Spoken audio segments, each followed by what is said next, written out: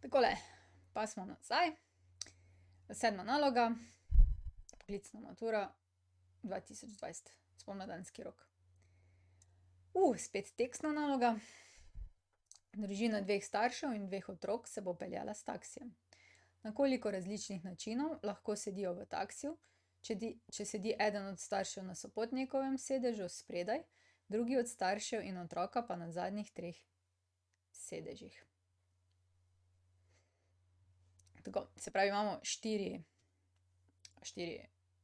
osebe in pomembno je, da je na prvem mestu starš, od spredaj, kot glavni.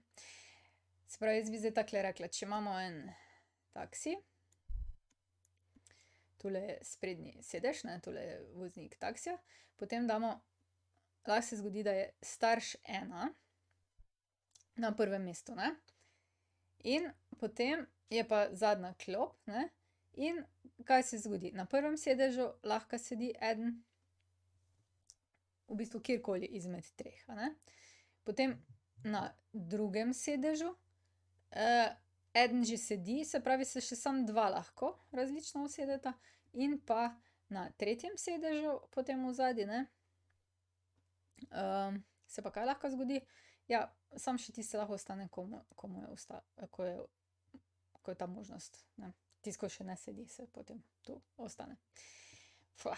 To sem malo zakomplicirala. Se pravi, imamo avto, upam, da ni takole poškodovan, in se pravi, tule je voznik, en starš se usede. To je prva možnost.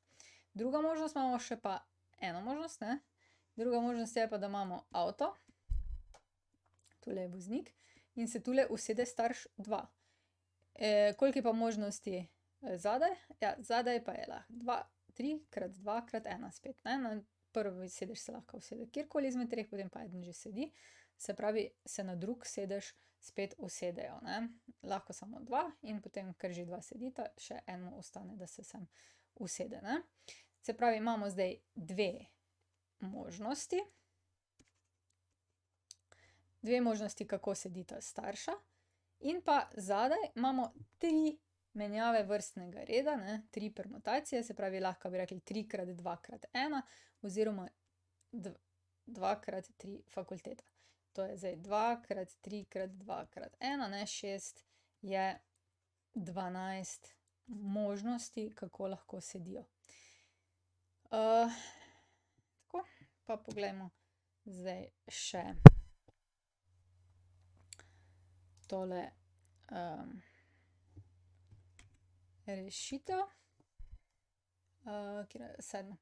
Se pravi, treba je zapisati ali pa upoštevati, da sta 2 možnosti, kateri od staršev sedi na sopotnikovem sedežu, Se pravi, imamo 2 možnosti.